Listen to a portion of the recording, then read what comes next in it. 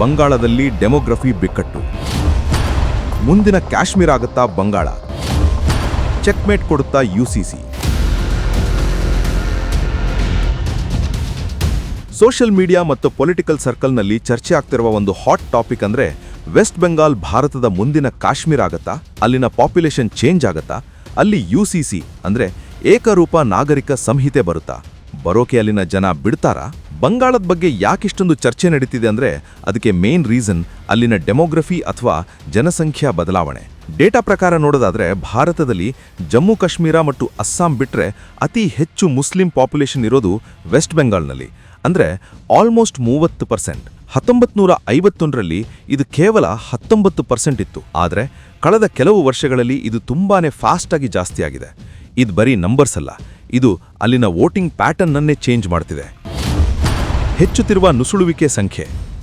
ಈ ಜನಸಂಖ್ಯೆ ಯಾಕಿಷ್ಟು ಹೆಚ್ಚಾಯಿತು ಅಂತ ನೋಡಿದ್ರೆ ಅದಕ್ಕೆ ಹಿಸ್ಟಾರಿಕಲ್ ರೀಸನ್ಸ್ ಇವೆ. 1971ರ ಬಾಂಗ್ಲಾದೇಶ್ ವಾರ್ ಟೈಮ್ನಲ್ಲಿ ಸುಮಾರು 1 ಕೋಟಿ ನಿರಾಶ್ರಿತರು ಬೆಂಗಾಲ್ಗೆ ಬಂದರು.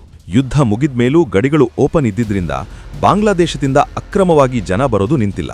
ಇದರಿಂದ ಮುರ್ಷಿದಾಬಾದ್ ಮತ್ತು ಮಾಲ್ಡಾದಂತಹ ಡಿಸ್ಟ್ರಿಕ್ಟ್ಗಳಲ್ಲಿ ಡೆಮೋಗ್ರಫಿ ಪೂರ್ತಿ ಚೇಂಜ್ ಆಗ್ಬಿಟ್ಟಿದೆ. ವೋಟ್ ಬ್ಯಾಂಕ್ ಮತ್ತು ಸಂದೇಶ್ ಖಾಲಿ. ಪಾಪ್ಯುಲೇಷನ್ ಜಾಸ್ತಿ ಆದಾಗ ಏನಾಡುತ್ತೆ ಅಂದ್ರೆ ಪೊಲಿಟಿಕಲ್ ಪಾರ್ಟಿಗಳು ಆ ವೋಟ್ ಬ್ಯಾಂಕ್ಗೋಸ್ಕರ ಕೆಲಸ ಮಾಡೋಕೆ ಶುರು ಮಾಡ್ತವೆ. ಇದನ್ನು ನಾವು ಓಲೈಕೆ ರಾಜಕಾರಣ ಅಥವಾ ಅಪೀಸ್ಮೆಂಟ್ ಪಾಲಿಟಿಕ್ಸ್ ಅಂತೀವಿ. ಇತ್ತೀಚಿನ ಸಂದೇಶ್ ಖಾಲಿ ಇನ್ಸಿಡೆಂಟ್ ನೋಡಿದ್ರೆ ನಮಗೆ ಗೊತ್ತಾಗುತ್ತೆ, ಅಲ್ಲಿನ ಕೆಲವು ರಾಜಕಾರಣಿಗಳು ಕಾನೂನಿಗಿಂತ ಮೇಲೆ ಹೋಗಿ ಅಕ್ರಮ ಆಡಳಿತ ನಡೆಸುತ್ತಿದ್ದಾರೆ. ಇದು ನಿಜಕ್ಕೂ ಒಂದು ಅಪಾಯಕಾರಿ ಸನ್ನಿವೇಶ. ಯುಸಿಸಿ ಮತ್ತು ಆರ್ಟಿಕಲ್ 370 ಹೋಲಿಕೆ. ಹಲವರು ಏನ್ ಹೇಳ್ತಿದ್ದಾರೆ ಅಂದ್ರೆ ಕಾಶ್ಮೀರದಲ್ಲಿ ಆರ್ಟಿಕಲ್ 370 ತೆಗೆದ ಹಾಗೆ ಬಂಗಾಳದ ಸಮಸ್ಯೆಗಳಿಗೆ ಯುಸಿಸಿ ಒಂದೇ ಸೊಲ್ಯೂಷನ್ ಅಂತ. ಯುಸಿಸಿ ಅಂದ್ರೆ ಒಂದು ದೇಶ ಒಂದು ಕಾನೂನು. ಮದುವೆ ಇರಲಿ, ಆಸ್ತಿ ಹಕ್ಕಿರಲಿ, ಎಲ್ಲರಿಗೂ ಒಂದೇ ರೂಲ್ಸ್ ಇರಬೇಕು. ಇದರಿಂದ ಮುಖ್ಯವಾಗಿ ಮುಸ್ಲಿಂ ಮಹಿಳೆಯರಿಗೆ ಎಂಪವರ್ಮೆಂಟ್ ಸಿಗುತ್ತೆ ಮತ್ತು ಪರ್ಸನಲ್ ಲಾ ಹೆಸರಲ್ಲಿ ನಡೆಯೋ ಮಿಸ್ಯೂಸ್ ತಡಿಬಹುದು. ಈಗ ಮೇನ್ ಕ್ವೆಶ್ಚನ್, ಬಂಗಾಳ ಕಾಶ್ಮೀರ ಆಗುತ್ತಾ? ಇದಕ್ಕೆ ಉತ್ತರ ಖಂಡಿತ ಇಲ್ಲ.